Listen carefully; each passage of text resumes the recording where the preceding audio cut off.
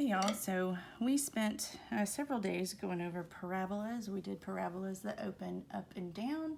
We did parabolas that open to the left and to the right. And today we're going to move on to another shape, another conic section. We are going to move on to circles. Now you might find this familiar because in geometry last year we also talked about circles, and actually this was one of the easiest sections that we did in geometry. So I think when this rings a bell, you're going to be relieved because this is a pretty easy section. I think you'll like it.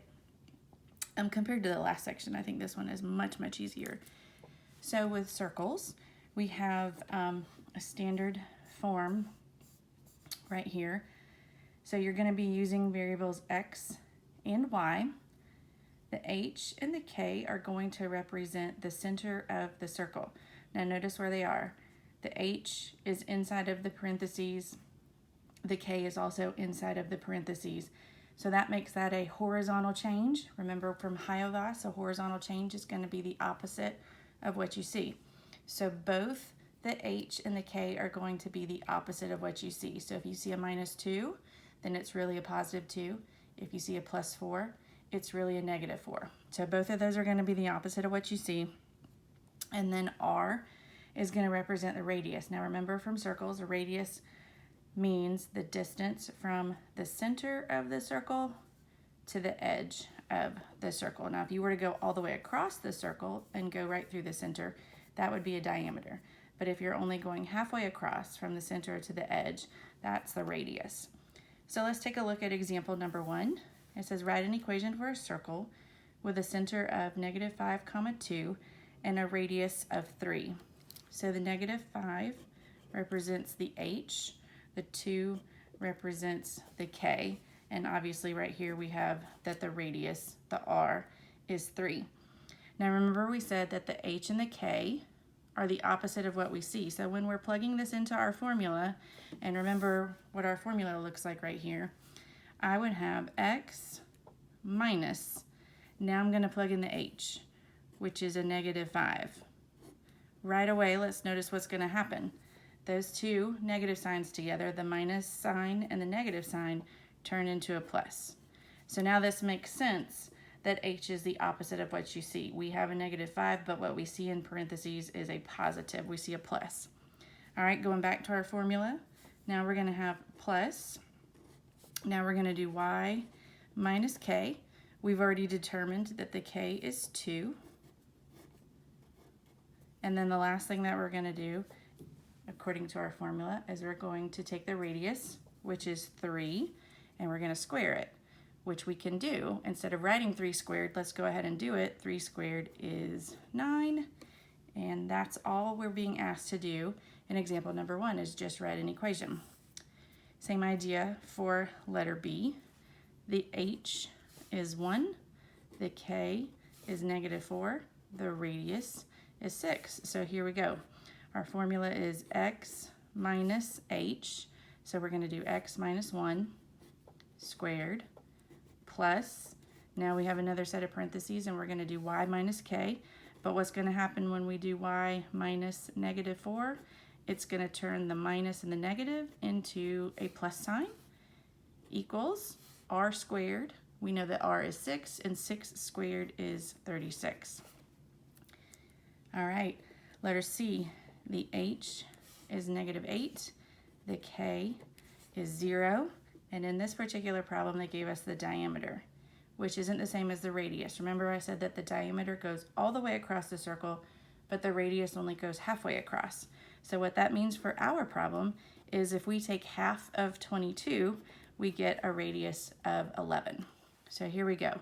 Formula, parentheses, we're going to have x minus h. Again, we have 2 negatives there, so that's going to turn into x plus 8 squared plus, what happens if we do y minus 0?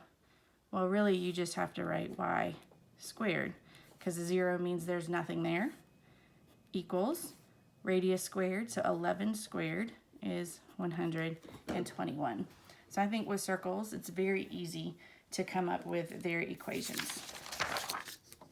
All right, so example 2, we're still coming up with the equation, but this time we've been given a picture instead of the information written down for us. So what we need to do is identify the center and the radius, and then we're going to do the same thing that we did in example number 1. So let's start with finding the center.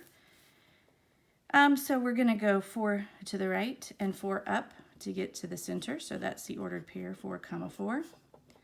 Now to find the radius, we need to start at the center and then either go to the right, to the left, up, or down and count how many spaces you went. So 1, 2, 3. I have a radius of 3. So here we go with our formula. X minus h squared plus y minus k squared equals r squared, and 3 squared is 9. All right, let's do the same thing for letter B. So first thing we want to do is find the center. So we are going to go 2 to the left and 1 up. So that's negative 2, 1. Again, count either going up, down, left, or right. So 1, 2, 3, 4, 5. We have a radius of 5, and we're going to plug it into our formula. So x minus h squared. So right away I see 2 negatives. I'm going to turn that into a positive. Plus y minus k squared equals r squared, and 5 squared is 25. Pretty easy. All right, example 3.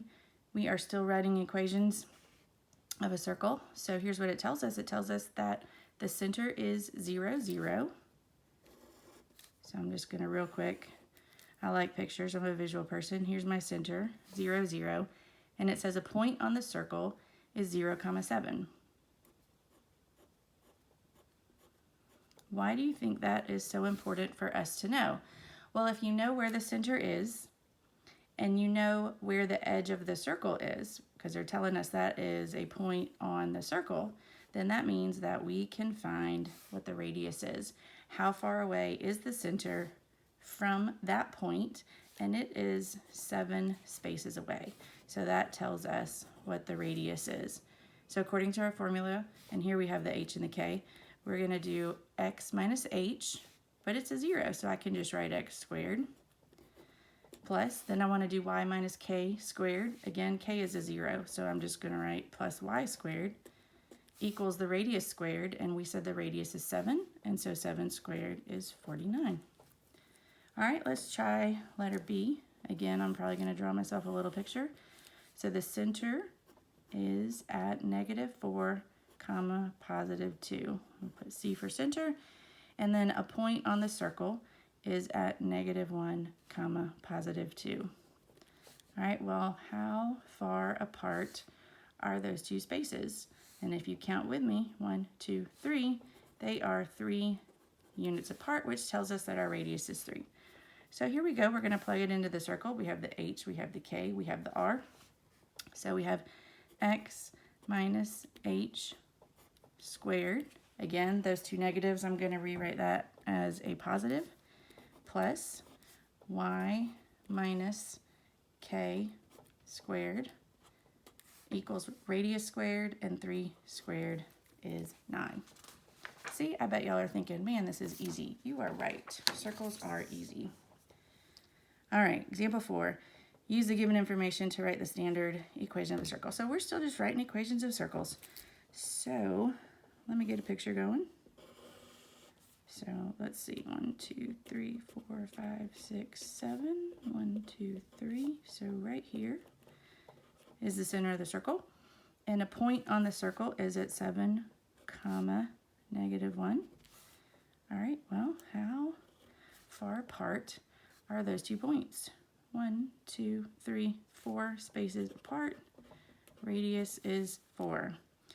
So we're going to have x minus h squared plus y minus k squared equals radius squared, and 4 squared is 16.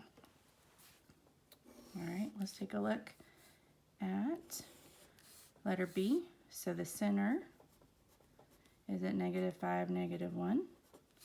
And a point on the circle is at -5, -6. How far apart are those two spaces? They are 4, no, just kidding, that is a 5. They are 5 spaces apart, and so that means that our radius is 5. So let's write our equation. X minus h squared, again, I have two negatives, I'm going to turn it into a plus y minus k squared, I'm also seeing two negatives, I'm going to turn that into a plus, equals r squared, and 5 squared is 25. Now we're going to graph, so we're going the opposite direction. We have an equation in standard form, we need to identify the center, the radius, and then graph it.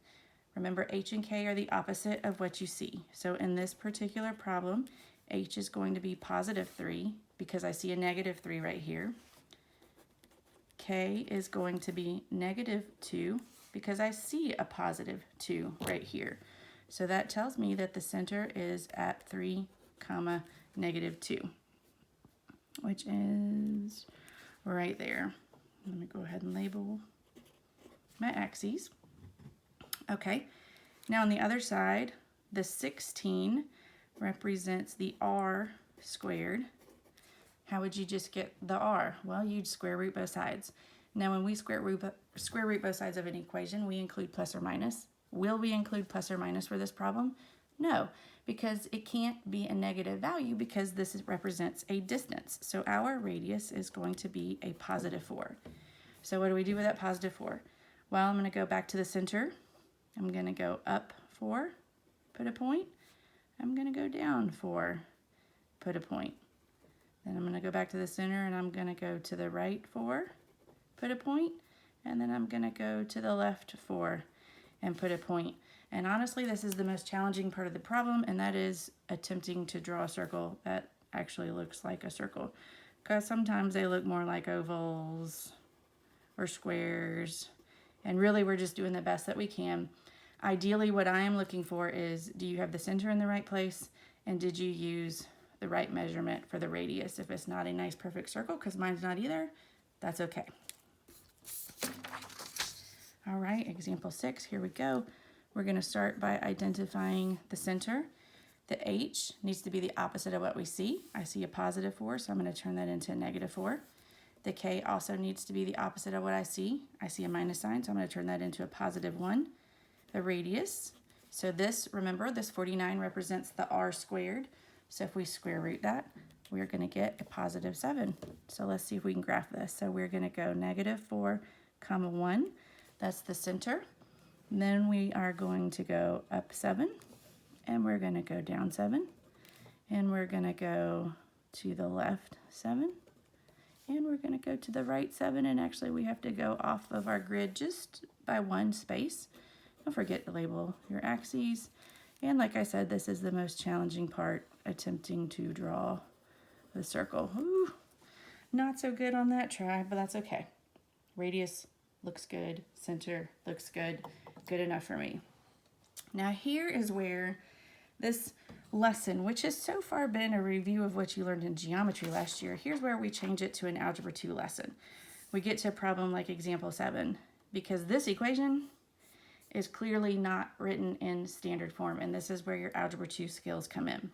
So the first thing we have to do before we can find the center, the radius, and then graph it, we have to rewrite this in standard form. Now remember what standard form looks like. Here you have to have x minus h squared. So this thing would be a perfect square trinomial. Then we need y minus k squared. Guess what? This also needs to be a perfect square trinomial. So you might be thinking, what did we learn long ago? We learned completing the square. And if you were thinking that, congratulations, you are absolutely right. So let's get started. The first thing I'm going to do is I'm going to rewrite this equation so that my x's are together and my y's are together. So I'm just going to take this 4x and I'm going to move it so that it is in front of the y squared. So it's going to be right behind the x squared. Now, here's what you're going to see me do. I'm going to leave a little space. I'll come back and talk about that in a minute. Then I have the y squared. and I'm going to put that minus 6y directly behind it. And then this constant, I'm going to move it over to the other side. How do we move it over to the other side? We add it. Now again, you notice I left a space right here. So I've left 2 blank spaces. Because remember, in completing the square, we have to find what number needs to be the third number in our trinomial for us to have a perfect square trinomial. So I'm going to be having to figure that number out over here, and I'm going to have to figure out that number over here. Remember, whatever you do to one side, you have to do to the other. So if I'm going to decide to add 2 numbers over here on the left, I'm going to have to add those same 2 numbers on the right. So let's talk about those steps, because it might be have been a while since we completed the square. So let's focus on the x's. Remember, the first thing that you want to do, besides making sure that your coefficient here is a 1, which it already is, you want to take half of b. So half of 4 is 2. Then you're going to square it. 2 squared is 4. That's the number that's going to go in the blank.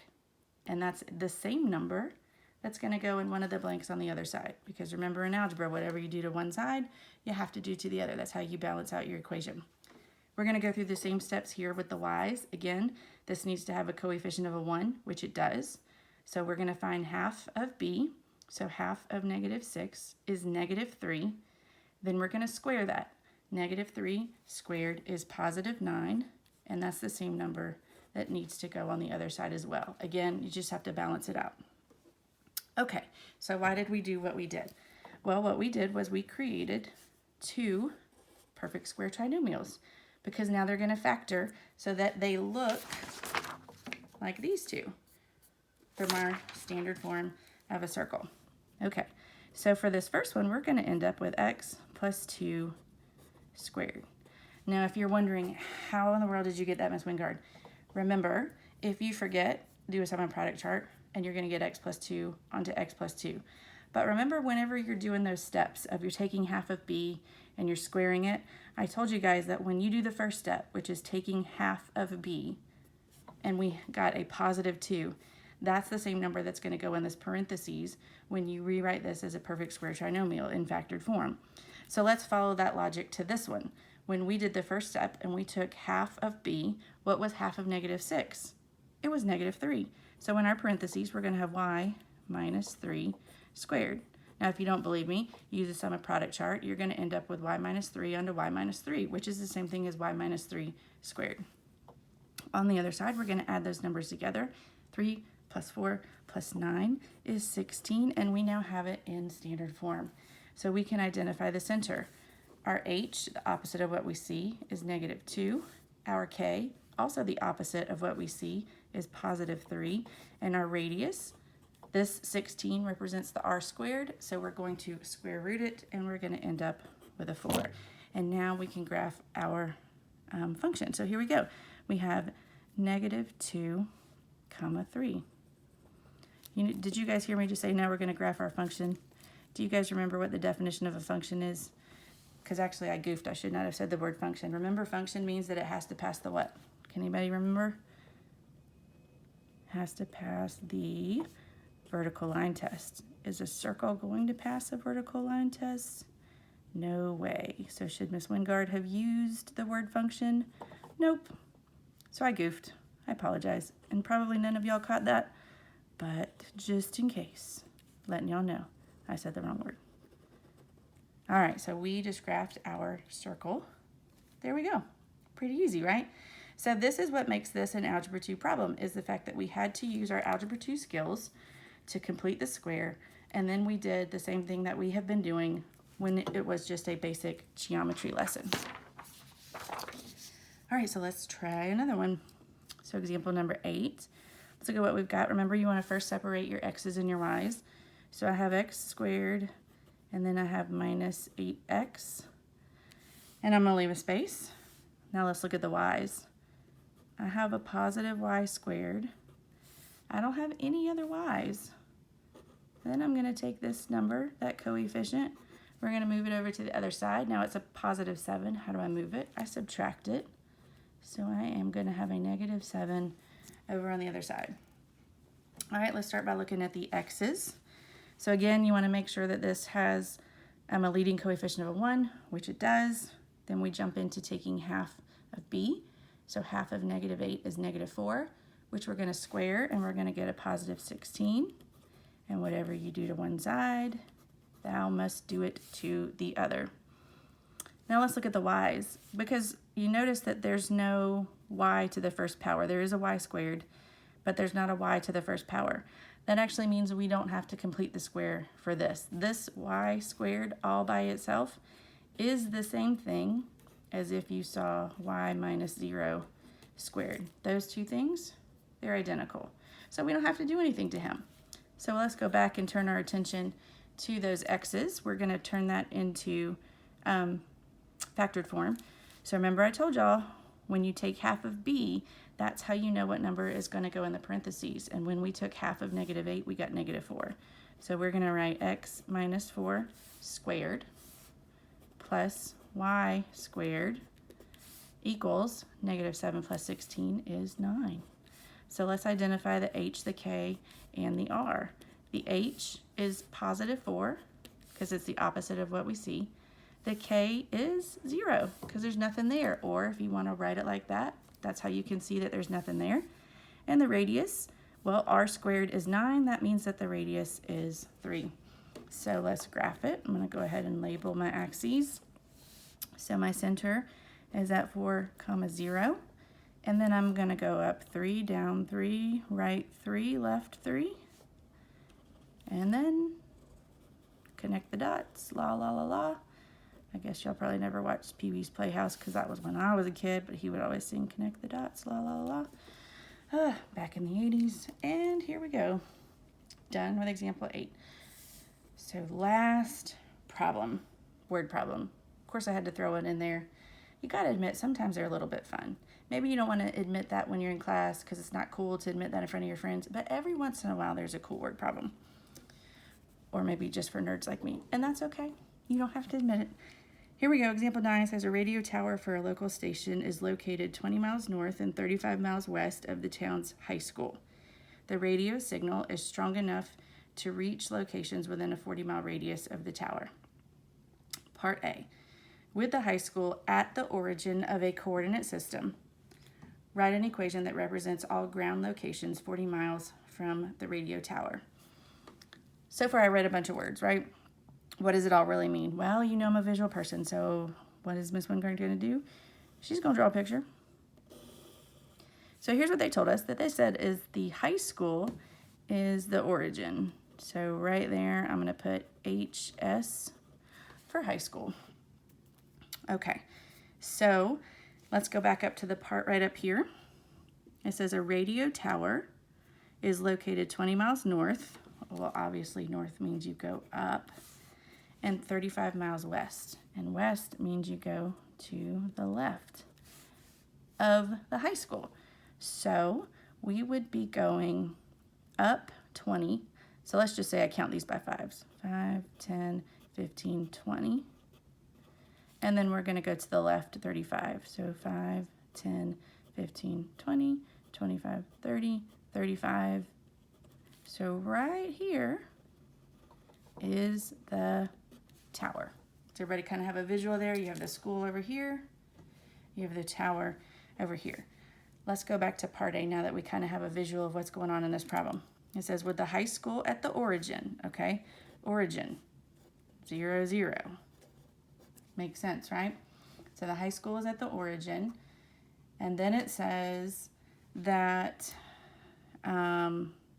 wait. Ignore what I just said. I mean, obviously, I just said that we know that the high school is at the origin. Duh. That's a 0, 0. That's what's in my picture. Ignore what I said, though. Sorry.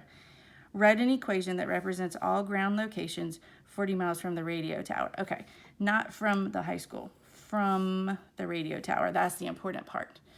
From the radio tower. Okay, so let's go back to this picture. What would the coordinates be of the radio tower? I already have my picture, right? So the x coordinate, we walked over to the left 35. So that's -35. Does that make sense why it's negative? Because we went over to the left. And then what happened? We went up 20, which is going to be a positive 20. that is going to be the center because we're going based on the radio tower. Does that make sense, y'all? So we use the high school as the origin to create the picture, but the equation that we want to write is based on where everything is from the tower. That's why this is going to be the center. Okay, so from the tower, we have this center, and then it says, write an equation that represents all ground locations that are 40 miles from it. Well, what do you think the 40 represents? That is going to represent the radius. Why does that represent the radius? Well, let's think about this. Because if you have a tower, let me just turn this over real quick. If you have a tower and it says write an equation of everything that's 40 miles away, you would go, okay, well, 40 miles down, 40 miles up, 40 miles to the right, 40 miles to the left, and that is where we would get our circle, right? So that is what the 40 represents. It represents the radius. So all we're doing here is writing an equation, which is what we did for the first many examples. We needed the center, the radius. Here we go. So we're going to have x minus h. Our h is a negative 35 squared. All right, look what I noticed. Two negatives. We're going to turn it to plus. Plus. Now we're going to do y minus k. K is 20, so we're plugging that in. Squared equals r squared. Well, if r is 40, what's 40 squared? It is 1600. So there's the answer for part A. Hopefully that makes sense. All right, letter B. It says, can someone who lives 2 miles west and 4 miles south of the high school receive the signal? All right, let's talk about who can receive this signal. So let's go back to this picture right here. Remember this center right here represented the tower. Who is going to hear what's happening on the radio? It's going to be everybody who lives within this distance. This is as far as it reaches. So if you're on the circle, you can hear what's going on from that radio tower. If you're in the circle, you can hear what's going on that radio tower. But anything beyond those 40 miles, people are not going to be able to receive that signal. So they either have to be on the circle or in the circle. What does that look like? Well, let's go back to the equation. X plus 35 squared plus y minus 20 squared. All right, if I were on the circle, that's an equal sign. If I were inside of the circle, that means that my radius could be smaller than 40. Could be 10, could be 20, could be 30, could be 40. Can it be bigger than 40? No, because once you're bigger than 40, you're now outside of the circle. So what am I going to use here? I'm going to use a less than or equal to sign, because the equal to bar tells me I can be on the circle. The less than sign tells me I can be inside of the circle. Well, what do we do now that we have this inequality? Let's go back to the beginning part. It says, can someone who lives 2 miles west and 4 miles south? Well, what would that person's coordinate be if they lived, according to from the high school, they lived 2 miles west and 4 miles south? Well, if you go to the west, you're going to the left. So that would be a -2. And if you're going south, you're going down, and that's a -4. So here is this person's coordinates. That person's coordinates are at -2, -4. Obviously, the -2 is the x coordinate. The -4 is the y coordinate. And we're going to take those coordinates in, plug them in for the x and the y, and see if it makes this inequality true. If it makes it true, then guess what? This person can receive the radio signal. If it makes it false, then that person is living outside of the circle and cannot hear or receive the radio signal. So let's see how the math goes. So we're going to plug in a -2 for the x, and we're going to plug in a -4 for the y, and we're plugging this in to see if it's true. So -2 plus 35 is 33, and -4 minus 20 is -24. And now we have to square some numbers. So 33 squared is 1,089. Negative 24 squared is a positive 576. And if we add 576 and 1,089, we get 1,665. Does that make it true? Is 1,665 less than or equal to 1,600? No way. Does not work. What does that mean about this person? This person does not receive the signal. Why don't they receive the signal? They're outside of the circle. Doesn't make that inequality true. So they do not receive the signal. So kind of cool how you can use some math to do like a real life word problem.